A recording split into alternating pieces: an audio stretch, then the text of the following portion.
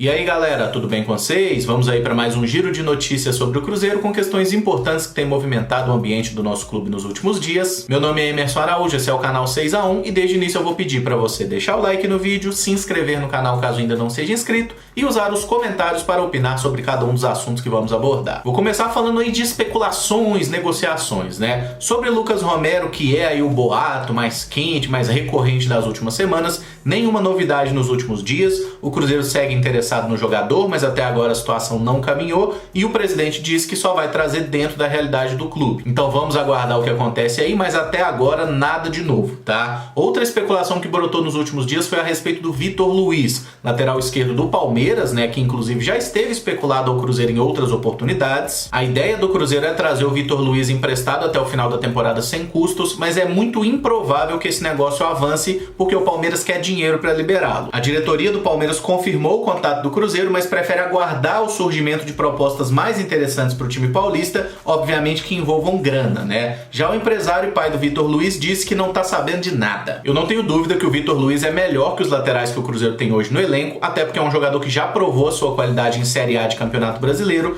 tanto pelo Palmeiras quanto pelo Botafogo, né? E numa Série B seria, sem dúvida nenhuma, uma das referências técnicas do nosso time. Entretanto, o principal objetivo do Palmeiras é negociar o atleta em definitivo, né? No caso, tem o Vitor Luiz e tem o Diogo Barbosa. O Palmeiras quer negociar um desses dois jogadores, já que o titular é o uruguaio Matias Vinha. E não faz sentido você ter 3 laterais caros, sendo que só vai jogar um. Se eu tivesse que escolher um, eu preferia até que o Diogo Barbosa voltasse para o Cruzeiro, até por causa da primeira passagem muito boa em 2017 e por ele ser um jogador mais ofensivo, né? E a gente sabe que a torcida do Cruzeiro em geral, ela gosta de lateral que ataca, ela não valoriza tanto esse lateral defensivo, que é um pouco mais o caso do Vitor Luiz. Eu acho que ele é melhor na defesa e pior no ataque que o Diogo, para fazer uma comparação. Acho que qualquer um dos dois que pudesse vir seria um ótimo reforço, tá? Mas acho muito difícil o Palmeiras liberar, até porque certamente consegue ofertas aí mais interessantes de times da Série A, e no caso do Vitor Luiz tem proposta até de negociá-lo para fora do país, porque ele tem passaporte europeu. Então é muito complicado que essa negociação avance, mas torço muito para que haja uma reviravolta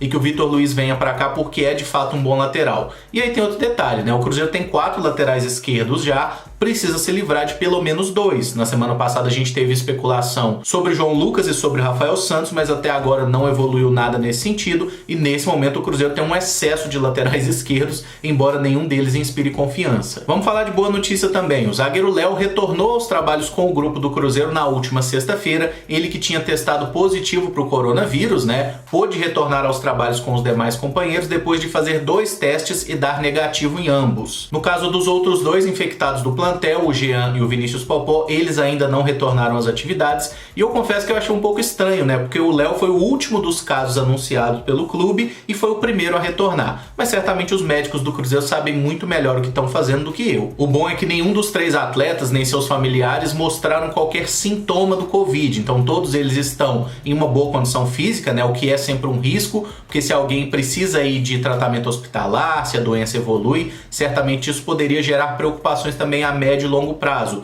Não é o caso, tá todo mundo bem. E inclusive nessa segunda-feira o Cruzeiro voltou a treinar com o grupo todo junto, tá? Porque desde o início das atividades eles estavam dividindo em grupos os atletas, né? E a partir de hoje todos os atletas trabalhando juntos, então parece que não é aquele treinamento efetivo, com contato, mas já dá para fazer alguns trabalhos táticos. E o Cruzeiro anunciou também que na última bateria de exames feita na sexta-feira, 2 atletas do Cruzeiro tiveram resultados inconclusivos sobre o Covid. Com isso, esses 2 jogadores que não tiveram seus nomes revelados estão isolados, não estão trabalhando com o grupo hoje e vão repetir os testes aí para ver se estão infectados ou não. Tomara que dê negativo nesses novos testes, que não tenhamos mais esse problema no grupo, e vale ressaltar, ainda não temos uma data prevista para o retorno do futebol. Tem rolado uma pressão forte em outros estados para a volta das competições. Lá no Rio de Janeiro o pessoal já estava falando em voltar nesse próximo fim de semana, mas aqui em Minas, pelo menos até agora, nenhuma data. Isso pode ser definido nessa semana. Eu não duvido que a gente tenha jogo ainda em junho, tá? Porque realmente os clubes estão desesperados para voltar a jogar. Mas até agora não tem nada certo. O técnico Anderson Moreira foi entrevistado pela Rádio Itatiaia, falou sobre diversos temas, né? Vou começar falando aqui da montagem de elenco.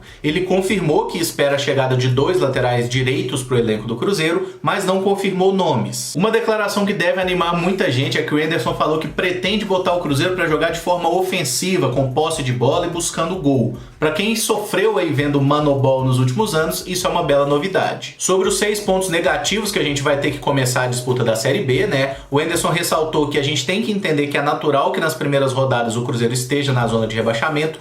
Pelo menos nas 2 primeiras rodadas é fato que a gente vai ter pontuação negativa ou, na melhor das hipóteses, zerada, né? Mas a expectativa é realmente que o Cruzeiro comece bem a competição, com vitórias, sendo protagonista, como ele citou. E isso é muito importante, porque se o Cruzeiro tiver um início meio devagar, ficar oscilando demais, a galera vai distanciar, vai abrir vantagem e a gente não pode dar mole, né? 6 pontos negativos podem fazer uma diferença muito grande pra gente. O Cruzeiro precisa ser, assim, muito mais efetivo do que qualquer outro time foi na Série B. Outro detalhe abordado pelo técnico foi a respeito dos jogadores jovens, né, que retornaram ao elenco sub-20. Segundo ele, esses jogadores seguirão sendo monitorados para que possam retornar mais preparados ao profissional e que essa mudança no elenco foi necessária pelo inchaço do grupo, né? Na contramão disso, o Cruzeiro anunciou hoje de forma oficial que o atacante Stênio, de 17 anos, vai começar a trabalhar com o elenco principal do Cruzeiro. O Stênio é um atacante de velocidade, pode jogar centralizado, mas joga preferencialmente pelas pontas e teve um desempenho muito bom no time sub-17, sendo figura constante também na seleção brasileira da categoria. Eu não tenho como fazer vídeo de olheiro do Stênio por agora, porque tem muito pouco material em vídeo de boa qualidade dele, tá? Assim que a gente conseguir mais conteúdo, pretendo fazer esse vídeo sim. É mais uma das grandes promessas que o Cruzeiro tem e que provavelmente não aproveitaria se fosse outro treinador, mas agora o garoto tá à disposição do Anderson e também do Rogério Micali, que é técnico do Sub-20, visto que ele vai treinar com o time principal, mas quando voltar às competições do Sub-20, ele deve jogar por lá também. Uma coisa semelhante ao que aconteceu com o Vinícius Popó nas últimas temporadas, por exemplo. Saindo dos jovens indo para os medalhões, né, o zagueiro Dedé concedeu entrevista ao Fox Sports aí nesse final de semana, em que ele falou um pouco sobre aquela negociação dele ir para o Flamengo.